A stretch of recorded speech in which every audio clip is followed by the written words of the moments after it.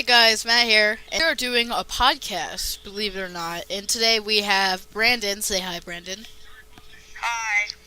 And he has never been on the show before. But he's one of my friends, and he adjusts my mic. He's one of my friends, and so I might as well get him on the show.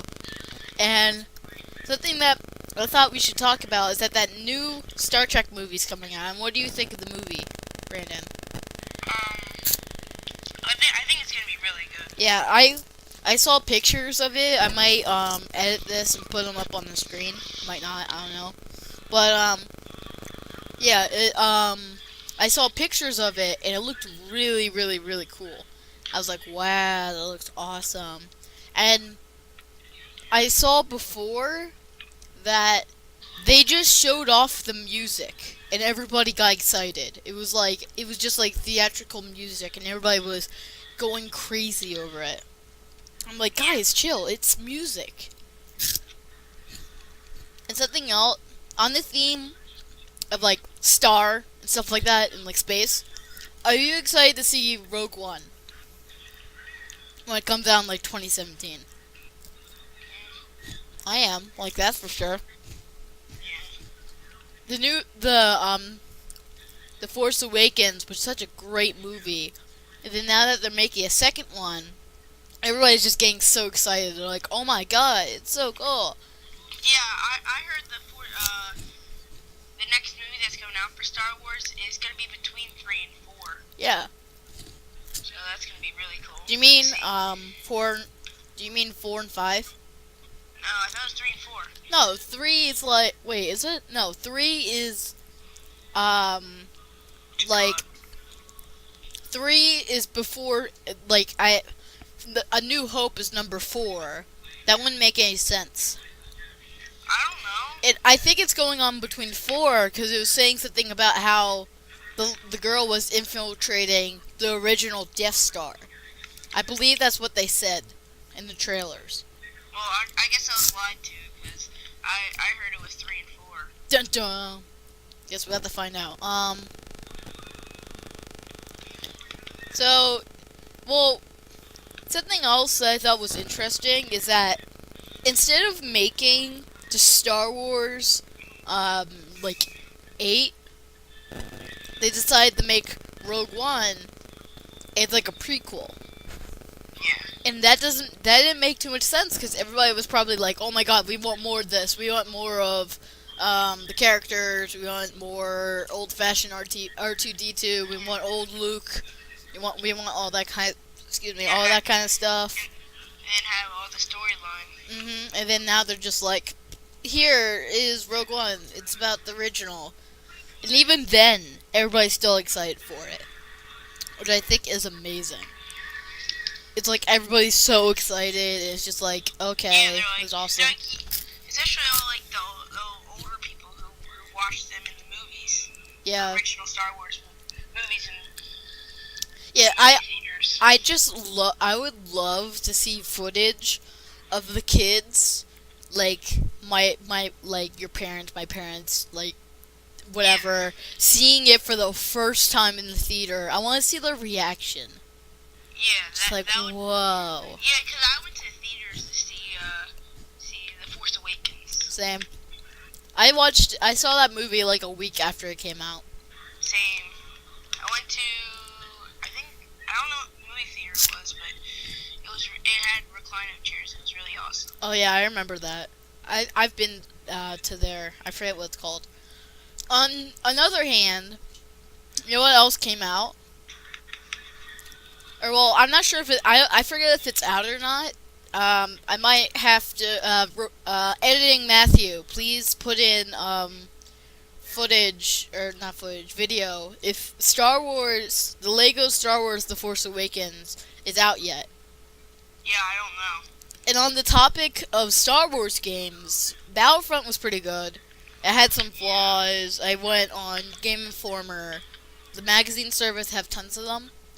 I checked it out on Game Informer and it got like an 8.5. I was like, why though? It was just like, oh, lack of gameplay and DLC. I'm like, it makes sense. But Yeah. I heard that because who's it called? What are they called? EA is allowed to make Star Wars stuff. They are now making a Star Wars RPG game similar to Jedi or Knights of the Old Republic, a third-person action RPG similar to Nathan Drake in Uncharted.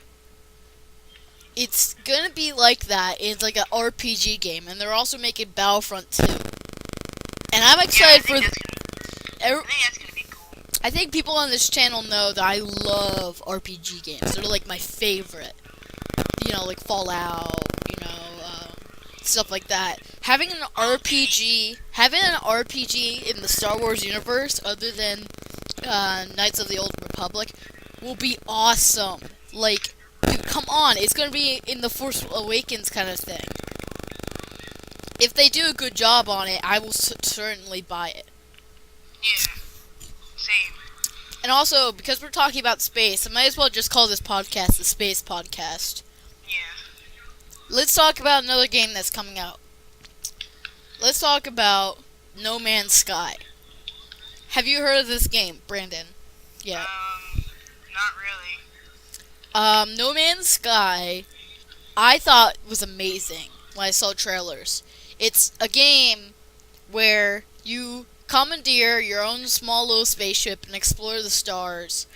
And the cool thing about it is that the game is so big. The game is so huge that there's over, what the trailers tell me, 22 billion planets to explore. And over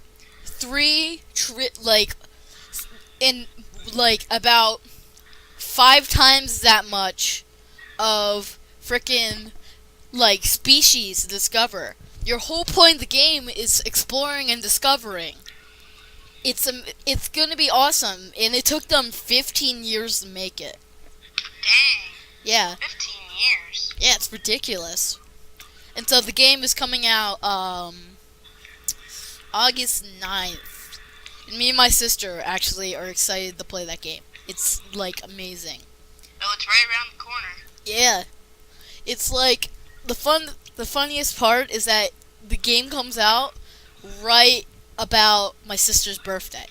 I know she's probably not going to ask for it. But come on, man. You can never get less perfect timing. It's within the week of her birthday.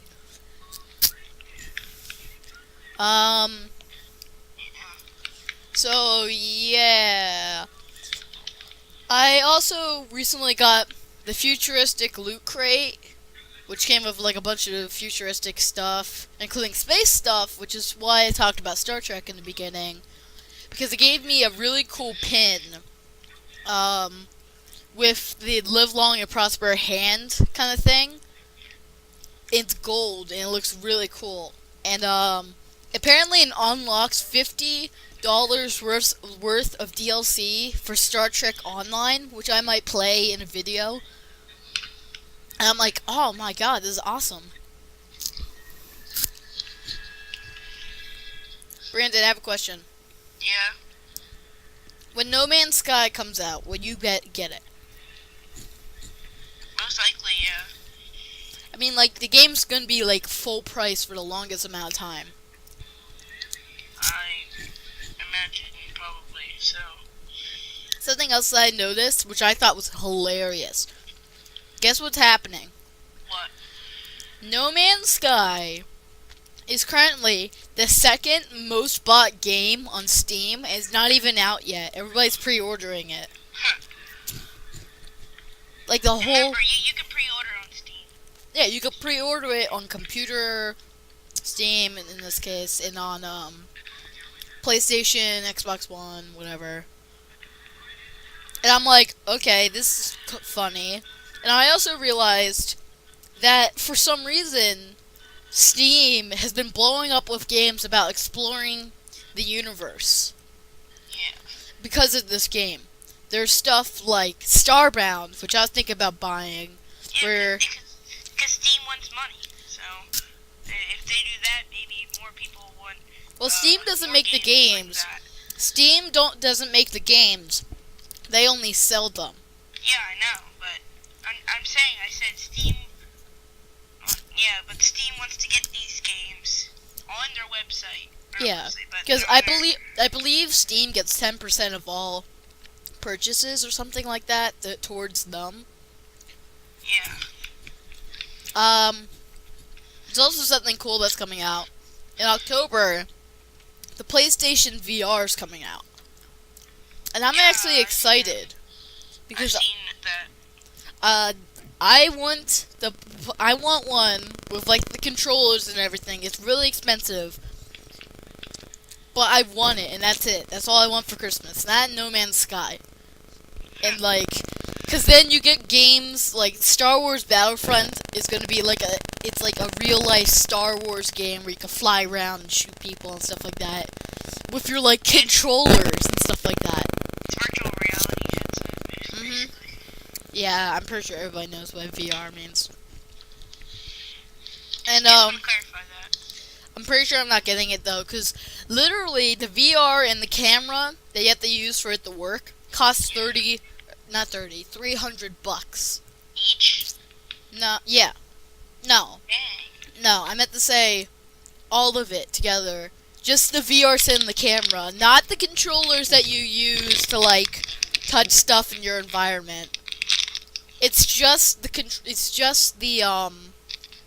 what is it called? It's just the VR set and the camera. It doesn't even bundle with anything. They don't give you a game with it.